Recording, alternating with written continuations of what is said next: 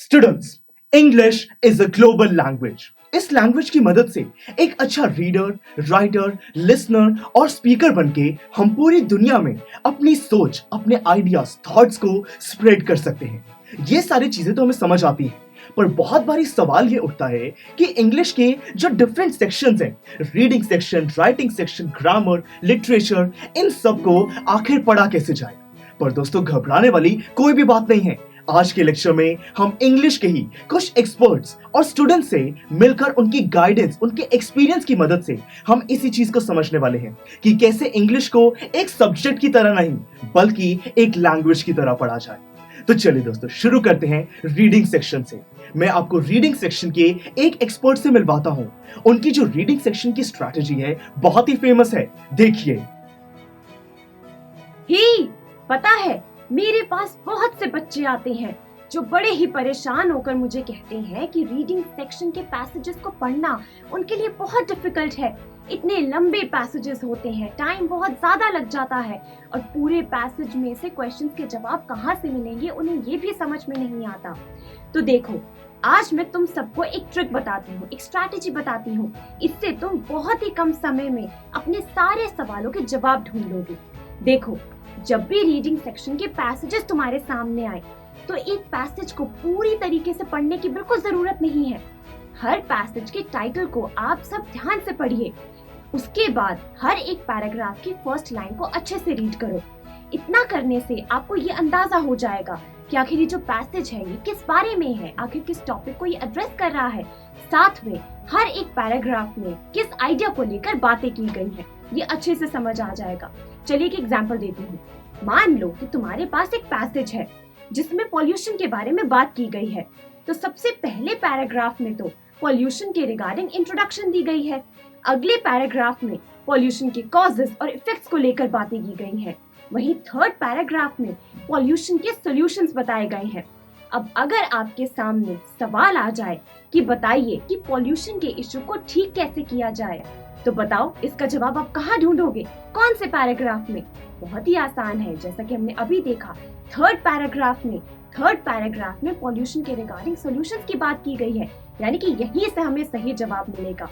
तो देखा दोस्तों, कैसे हम बहुत ही कम समय में अपने सवालों के जवाब ढूंढ सकते हैं, वो भी बिना पैसेज को पूरी तरीके से रीड करे। कितना आसान है ये। बस इसी स्ट्रैटेजी को आप सब फॉलो करिए, फिर देखिए कैसे रीडिंग सेक्शन आपके लिए बहुत ही आसान बन जाएगा और आप बहुत ही इजीली अच्छे मार्क्स ला पाएंगे।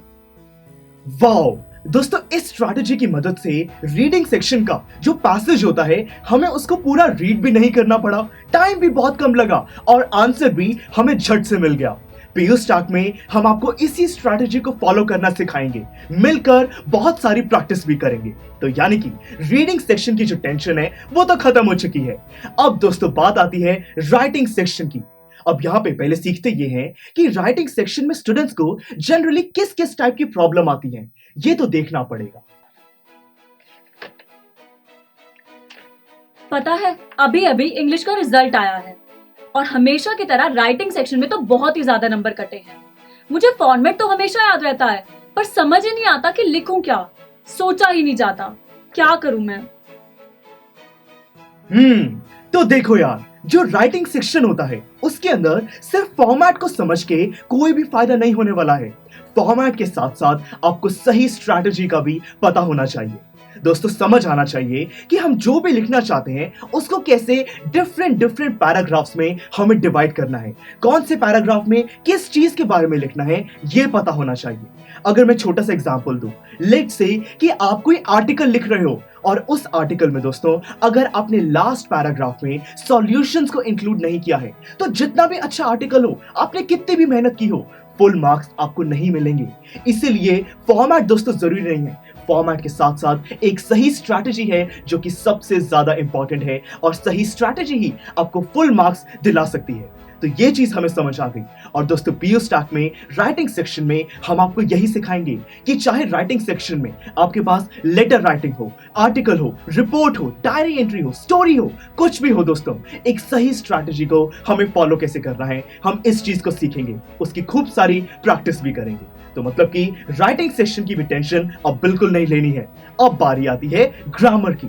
तो चलिए ग्रामर सेक्शन के एक एक्सपर्ट के पास चलते हैं, देखते हैं कि उनका क्या मानना है कि ग्रामर को पढ़ने का सही तरीका क्या है। हेलो, मैंने अपने एक्सपीरियंस में बहुत से बच्चों को देखा है जो ग्रामर को सिर्फ यही सोचकर पढ़ते हैं कि आखिर उन्हें बोलने में क्या ठीक लग रहा है। जानते हैं, अगर ऐसे बच्चों को कुछ गैप फिलिंग क्वेश्चंस दे दिए जाए ना, तो ये लोग पता है क्या करते हैं, ऑप्शंस को वन बाय वन उन गैप्स में डालते हैं और सिर्फ ये एनालाइज करते हैं कि आखिर बोलने में, सुनने में कौन सी ऑप्शन बढ़िया लग रही है, और इसी बेसिस पे वो अपने करेक्ट आंसर को टिक कर देते हैं। लेकिन ये गलत है दोस्तों। देखिए, ग्रामर में रूल्स होते हैं।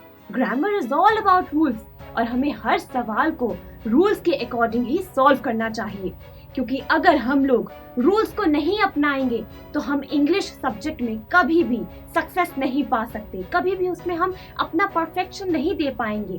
जैसे कि एक एग्जांपल ले लेते हैं, आप इस सेंटेंस को ले लो। ये लिखा है इट्स अ सनी डे।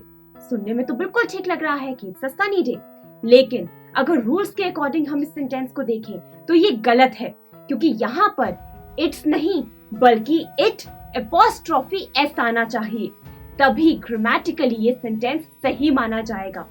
तो अब बताइए, ये इट्स गलत क्यों है और इट अपॉस्ट्रोफी एस सही क्यों है?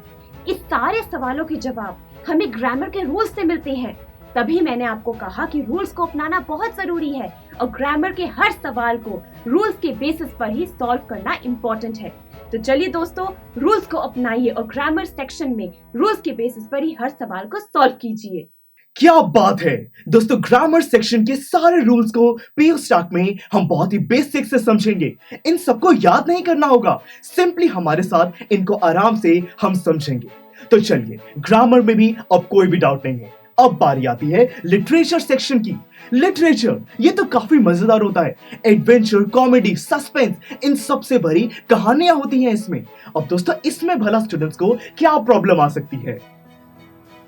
हे भगवान, माना लिटरेचर मजेदार है, पर इतना सारा सिलेबस, इतने सारे चैप्टर्स, कैरेक्टर्स, पोएट्रीज, कितने चैप्टर्स की समरी पढूं मैं? ये तो बहुत ज्यादा हो गया। ये तो एक जेन्युइन प्रॉब्लम है। लिटरेचर सेक्शन का जो सिलेबस है वो तो काफी बड़ा है, पर दोस्तों इसको काउंटर करने का एक बहुत ही सिंपल सी स्ट्रैटेजी है। देखिए, स्ट्रैटेजी ये है कि ये जितने भी चैप्टर्स हैं, जितनी भी पोएट्रीज है दोस्तों, इनकी डायरेक्टली समरी को रीड ना करो, बल्कि word by word in chapters को दोस्तों खुद आप समझने की कोशिश करो। देखिए, मैं मानता हूं कि इससे ज्यादा टाइम लगेगा, पर दोस्तों ऐसा करने से जो भी आपकी पूरी स्टोरी है, पोएट्री है, उसको याद करने की जरूरत आपको नहीं पड़ेगी। मुझे एक बात बताओ यार, बचपन में हम इतनी सारी जगह घूमने गए, पेरेंट्स के साथ बहुत सारी कहानियां हैं, बड़े सारे इंसिडेंट्स हैं जिनको हमने एक्सपीरियंस किया है।